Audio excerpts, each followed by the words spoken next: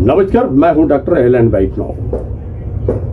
पत्रकार ब्लैकमेल करते हैं, शिकायतें करते हैं और फिर उसके बाद उस शिकायत को बंद करने के लिए राशि हड़पते हैं। ये सब फर्जी पत्रकार हैं।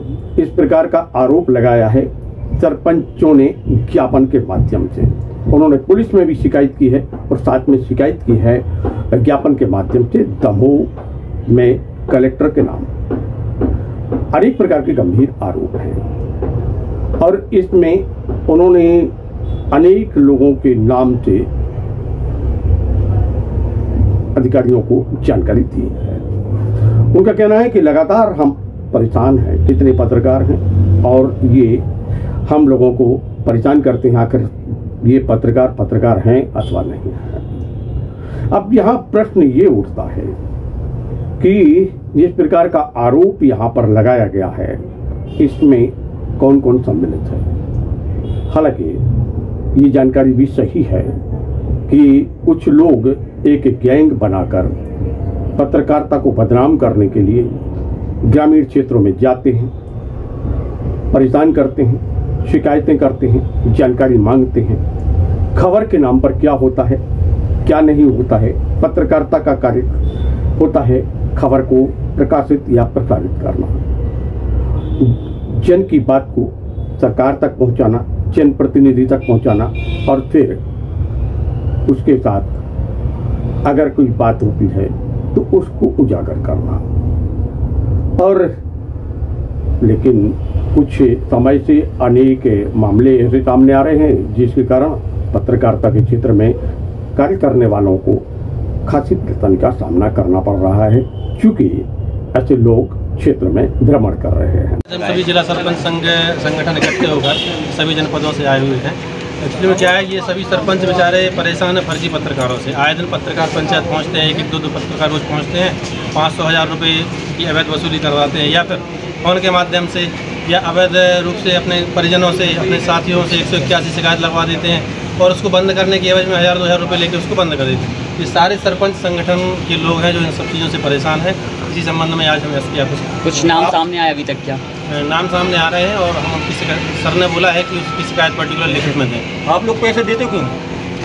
हम लोग तो नहीं देते हैं। क्या कुछ लोग भोले भाले सीधे साधे लोग हैं, क्यों देते? मैं बता रहा हूँ क्या है, अवैध वसूली इसलिए की जाती है, उनको नहीं पता। 181 की शिकायत लगाने पर हम लोग के अधिकारी जो हैं वो प्रेशराइज करते हैं कि भैया ये शिकायत बंद करवा दो, हम लोग काम नहीं देंगे आपको। मजबूरी में हम लोगों को उसको 1000 रुपये देके शिकायत बंद करवानी। वो अधिकारी को ले जाके आप लोग चेक भी तो करा सकते सामने वाले।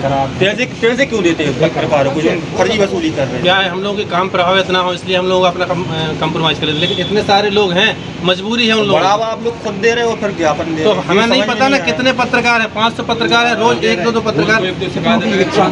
आप लोगों ने कभी एक पत्रकार या एक व्यक्ति 20-20 शिकायतें लगा के बैठा है। अगर एक जांच हो तो अपन सब जांच करें। तो आप लोगों ने कभी प्रयास किया कि रियलिटी में पत्रकार है कि नहीं, जांच करने का? ये हम लोगों को कैसे पता चलेगा ये वास्तविक पत्रकार है या फर्जी पत्रकार? वास्तविक पत्रकार तो हम लोग के सामने भी नहीं आया आज तक। फर्जी पत्रकारों को हम लोग नहीं पहचानते, या कितने लोग PRO में रजिस्टर्ड है ये भी हम लोग को नहीं पता। आज सरपंच लोगों के द्वारा ज्ञापन दिया गया है पूरा में, उसमें उन्होंने ये कहा कि फर्जी पत्रकार लोग अवैध वसूली करते हैं, नाटक करते हैं, जिसके कारण हम लोग को दिक्कत हो रही है। ज्ञापन दिया गया है, इसकी अग्रिम कार्रवाई जो ज्ञापन में होती है वो हम लोग के बाद कराएगा। सर क्या दिक्कत हो रही है उनको?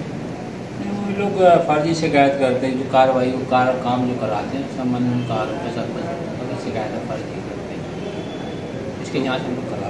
तो सर आपने क्या आश्वासन दिया? क्या आश्वासन दिया आपने? हाँ, ज्ञापन दी में जो चीज़ लिखे हैं बिंदु की हमें जाँच तो कराने का नियम है तो होगा। अनेक प्रश्न उठ रहे हैं। अब पत्रकारिता के ऊपर तो आरोप लगा क्योंकि सही है, ऐसा होना भी चाहिए। अगर गलत है तो उनके विरुद्ध कार्रवाई होना चाहिए। परंतु अब जनप्रतिनिधियों पर भी प्रश्न उठते हैं कि अगर आप गलत नहीं हैं तो आप पैसा देते क्यों हैं? आप लोभ क्यों देते हैं, लालच क्यों देते हैं? अगर सही हैं तो आपको डरना नहीं चाहिए, दबना नहीं चाहिए। गलत हैं तो इसलिए आपके साथ में ये समस्या पैदा होती है। आपके विकास के जो कार्य की जो गाथा आप गाते हैं उनमें कहीं ना कहीं कोई ना कोई कमी होगी और उन्हीं कमी को पकड़ के ये लोग आगे बढ़ते हैं। अनेक जगह सरपंच हैं, वो क्या कार्य करते हैं?